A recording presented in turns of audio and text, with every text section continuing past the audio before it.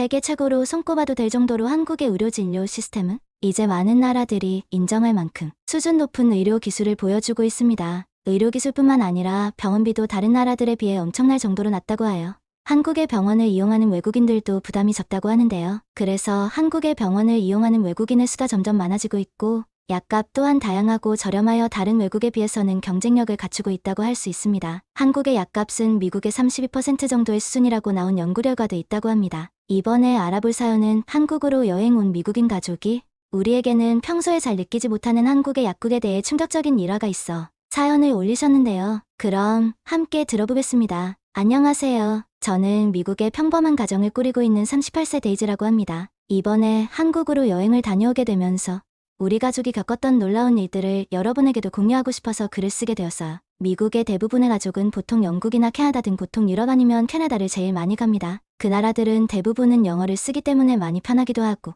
문화 수준에 대한 믿음도 있어 갔던 것도 사실이에요. 하지만 매번 비슷한 나라만 돌아다니니까 좀 새로운 곳을 찾아가고 싶은 욕망이 생기더라고요. 평소에 케이팝을 즐겨 듣던 저는 이번 여름 휴가는 유럽이 아닌 아시아 쪽으로 가보자 하고 남편한테 물어봤는데요.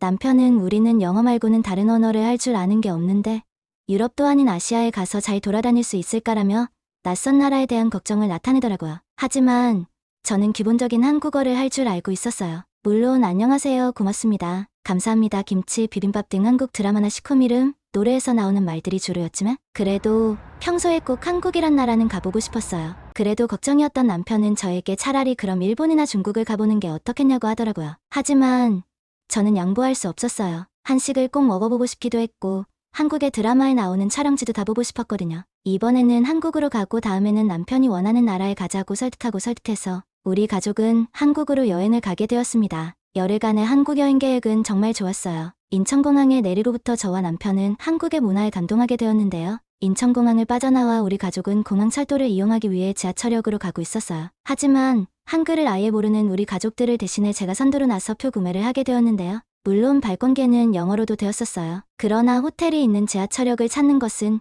여간 힘든 일이 아니었어요. 한국에 처음 왔고 지하철 또한 처음 타봤기에 한국의 지하철 노선은 너무 복잡하게만 보였기 때문인데요. 티켓을 잘 못 사게 되면 길을 잃어버릴지도 모른다는 걱정에 제 옆을 지나가고 있는 한국인에게 말을 걸었습니다. 마음이 급해 그 한국 여성을 불러 세웠어도 저도 모르게 영어로 물어보게 되었어요. 저희 목적지까지 가는 티켓을 구매하고 싶은데 얼마짜리 티켓을 눌러야 하는지 말이에요. 영어로 물어보는 미안한 마음을 그녀도 안다는 듯한 표정을 짓더니 그 여성은 영어를 참 잘하더라고요. 목적지까지 티켓 구매하는 방법과 한국의 지하철은 간단한 티켓 한 번으로 환승이 가능하다는 사실도 알려주었고요. 추가적으로 더 도와줄 것이 없는지도 물어보고 즐거운 여행을 보내라고 저를 격려까지 해주었어요. 저희는 정말 놀라웠습니다. 아마 미국이었으면 다른 언어를 쓰는 나라에서 오거나 아시아 사람이 영어를 쩔쩔이면서 무언가를 물어본다면 무시하고 가거나 짜증을 냈을 게 분명하거든요. 한국에 도착하자마자 한국인의 친절함에 저는 부끄러운 마음과 감사의 마음이 함께 생겼습니다. 그렇게 한국 여성의 도움으로 저희는 숙소가 있는 지하철역으로 향하고 있었습니다. 그런데 가는 도중에 제 아들이 기운이 없이 힘들다고 하는 거예요.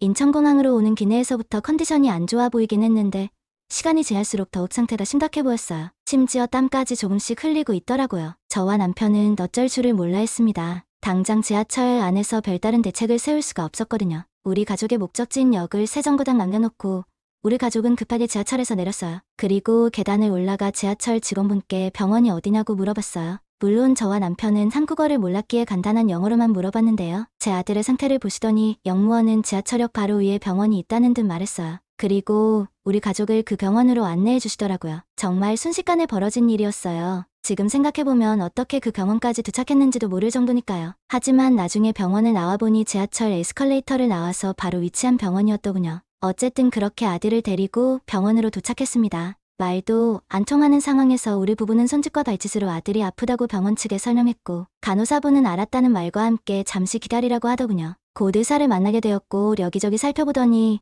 감기 증강으로 보인다고 했습니다. 갑작스러운 환경 변화가 이유일 수도 있으나 정확한 건 검사를 해봐야 안다고 하더라고요. 그래서 간단한 엑스레이 같은 검사를 하고 수액을 맞으며 제 아들의 상태를 지켜보게 되었어요. 사실 저와 남편은 엄청나게 걱정이 되었습니다. 한국에 도착한 첫날부터 예상치 못한 아들의 고열로 인해 병원에서 지내게 된다니 말이에요. 수액을 맞고 나니 제 아들의 열이 조금씩 내려가기 시작하더라고요. 저는 안도의 한숨을 내쉬며 이제 퇴원해도 되는 거냐고 의사분께 물어봤어요. 의사분은 심각한 건 아닌 거로 보이니 해열제를 열이 잡힐 때까지 먹이고 혹시 무슨 일이 있으면 언제든지 소아청소년과나 큰 병원의 응급실로 가보라고 조언해 주셨어요. 우리 부부는 그제서야 병원비 걱정이 되더라고요. 조금 초조해지기 시작하였습니다. 어쩔 수 없이 병원에는 왔으나 과연 얼마가 나올지 모르는 진료비의 병원 청구 비용을 받기만을 기다리고 있었죠. 솔직히 미국 경무는 당연히 나올 거라 생각했어요. 미국에서는 보험도 없이 응급환자가 치열하게 된다면 각종 수당이 더 추가되어 정말 비싼 금액이 청구되는 건 다단사이거든요. 그렇게 간호사분께서 진료비 수납을 하러 오라고 했고 우리 부부는 결제 금액을 보고 놀라지 않을 수가 없었는데요. 5만 원도 나오지 않았던 것이었습니다. 나중에 알게 된 사실이지만 만약 한국의 건강보험이 적용된다면 지금의 반값도 안 되는 비용으로 진료와 검사, 그리고 주사 치료까지 맞을 수 있었다고 하더라고요. 미국에 있을 때 뉴스로만 보던 한국의 의료 시스템을 몸소 체감하는 순간이었습니다. 그렇게 한참 동안 영수증을 보면서 감탄하고 있을 때쯤 간호사분은 약국으로 가서 처방약을 받아가라고 했어요. 저희는 약국이 어딘지도 전혀 몰랐습니다. 처음에 지하철 역무원과 같이 병원에 올 때도 정신이 없는 상황이었기 때문에 어디에 뭐가 있는지도 모르면서 왔었거든요. 간호사분은 친절하게도 병원은 건물 1층 입구에 있으니 가서 구입하시라며 안내해 주셨어요. 그 안내에 따라 우리 가족은 약국으로 가게 되었습니다. 약국의 내부는 정말 깔끔하고 친절했어요. 처음 방문했는데도 불구하고 한국의 약국은 미국의 약국보다 약의 종류도 많아 보였고 약 외에도 건강에 필요한 좋은 상품들이 다양하게 있다는 걸 알게 되더라고요. 한글을 다 읽지 못해도 알 수 있더라고요. 조금 뒤에 약을 주셨고 약값을 결제할 때 저는 또 한 번 놀라게 되었는데요.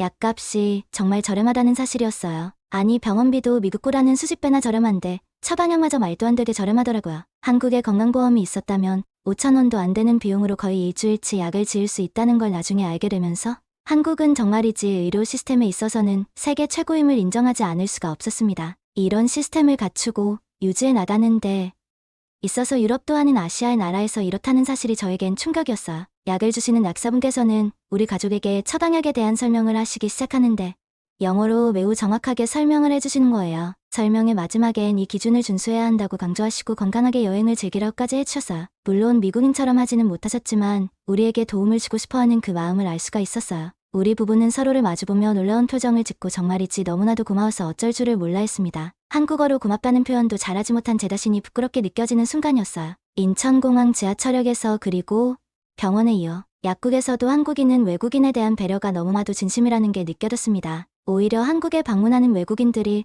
한국어를 공부하고 와서 한국어로 대화해야 하는 것이 맞는 것인데 저같이 아무런 생각 없이 여행 오는 외국인들이 많아서 한국인들이 이렇게 영어로 설명을 잘하는 건 아닐까 생각마저 들었어요. 또 한편으로는 한국인은 대부분 영어를 잘하는 게 아닌가라는 생각도 들더군요. 일본, 중국보다 아시아에서 영어를 제일 잘하는 국가는 한국이라는 이야기는 들은 적이 있기도 했었거든요. 그래서 길거리에서 외국인을 만나도 전혀 당황하지 않고 여유롭게 바라보는 것 같다는 생각도 들었어요. 그렇게 우여곡절이었던 한국의 첫날을 시작으로 우리 가족은 열흘 동안 한국에서의 문화를 마음껏 즐기고 돌아갔습니다. 두 번째 한국 여행 때는 정말 한글 공부를 조금이라도 해서 오자며 다짐도 했어요. 남편 역시 솔직히 중국이나 일본에 비해 한국 여행은 그렇게 기대를 많이 하지 않았지만 본인이 여행한 국가 중 제일 재밌었다고 하더라고요. 여러 가지 한식을 먹는 재미도 정말 좋았는데 다음 여행 때는 미리 예약을 못해 탑승하지 못한 투어버스도 타보기로 약속했습니다. 여러분도 외국에 나가서 병원에 가게 되는 경험 있으신가요? 저는 아직 없는데요. 사실 외국 어디에 가도 병원은 한국이 최고이기 때문에 가고 싶지 않다는 마음이 있네요. 오늘 이야기가 좋으셨다면 구독, 좋아요 부탁드립니다. 들어주셔서 감사합니다.